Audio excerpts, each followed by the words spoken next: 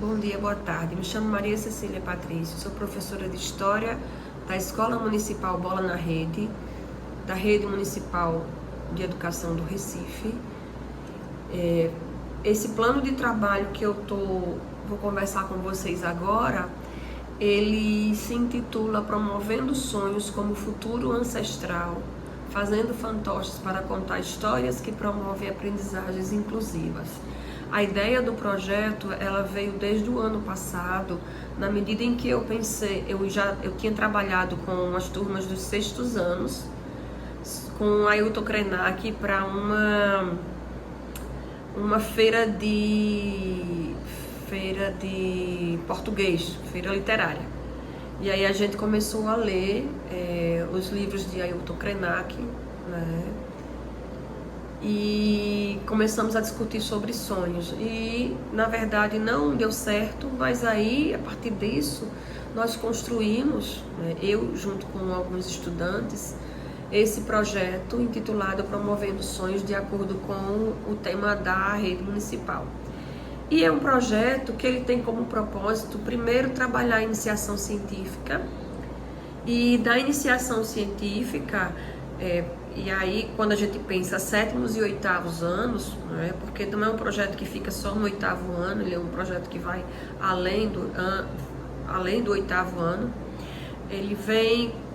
pensar a iniciação científica com textos simples, relatos de bordo, descrição densa, redação,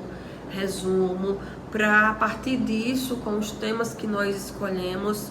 que na verdade não são temas que foram escolhidos aleatoriamente, porque são temas que os estudantes estudam no sétimo e no oitavo ano,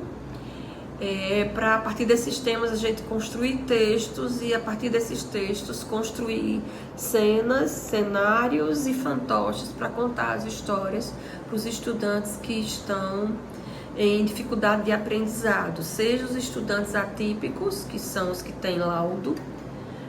e têm uma dificuldade maior de aprender o conteúdo em sala de aula com todos os outros, já que eles estão em sala regular,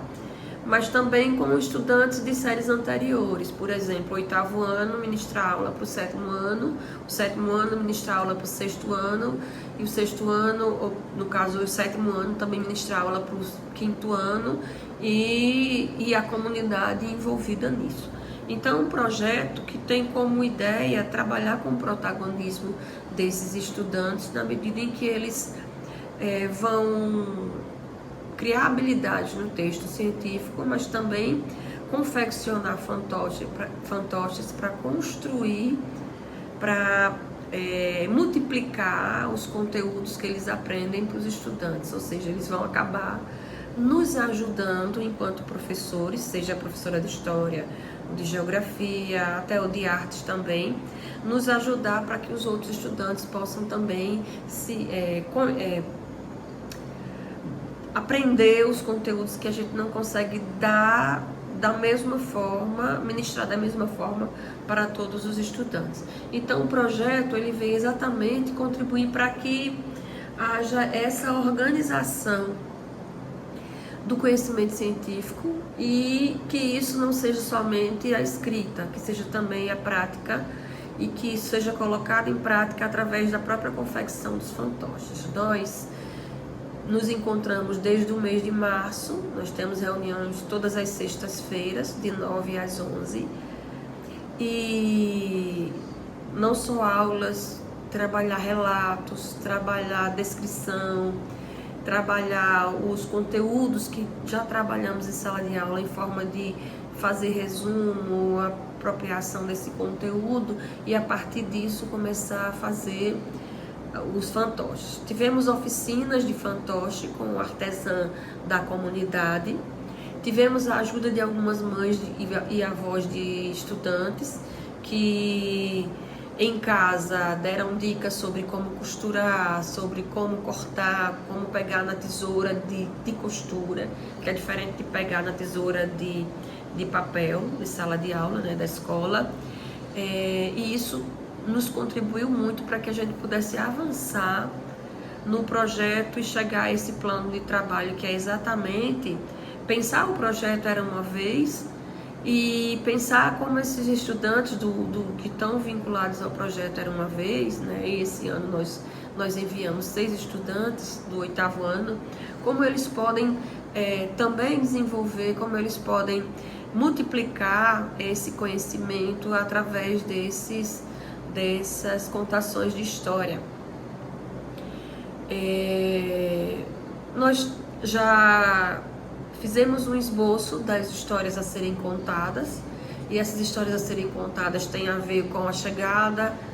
da colonização no Brasil, por exemplo, da visão sobre os mares, os monstros. Também tem histórias sobre o contato entre diferentes, o choque cultural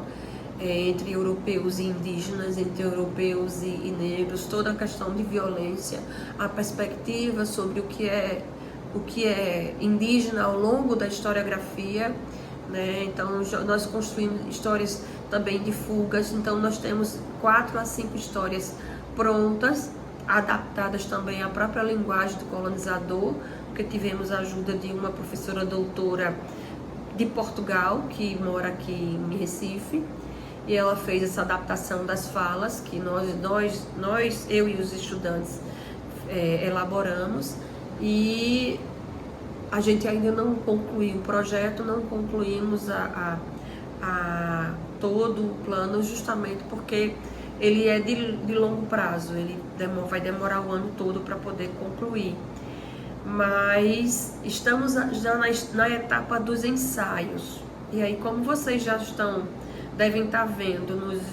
nas imagens que estão passando,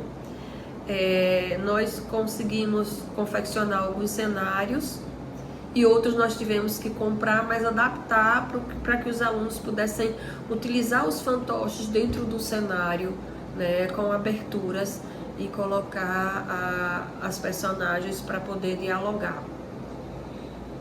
E como eu me senti ao realizar esse projeto,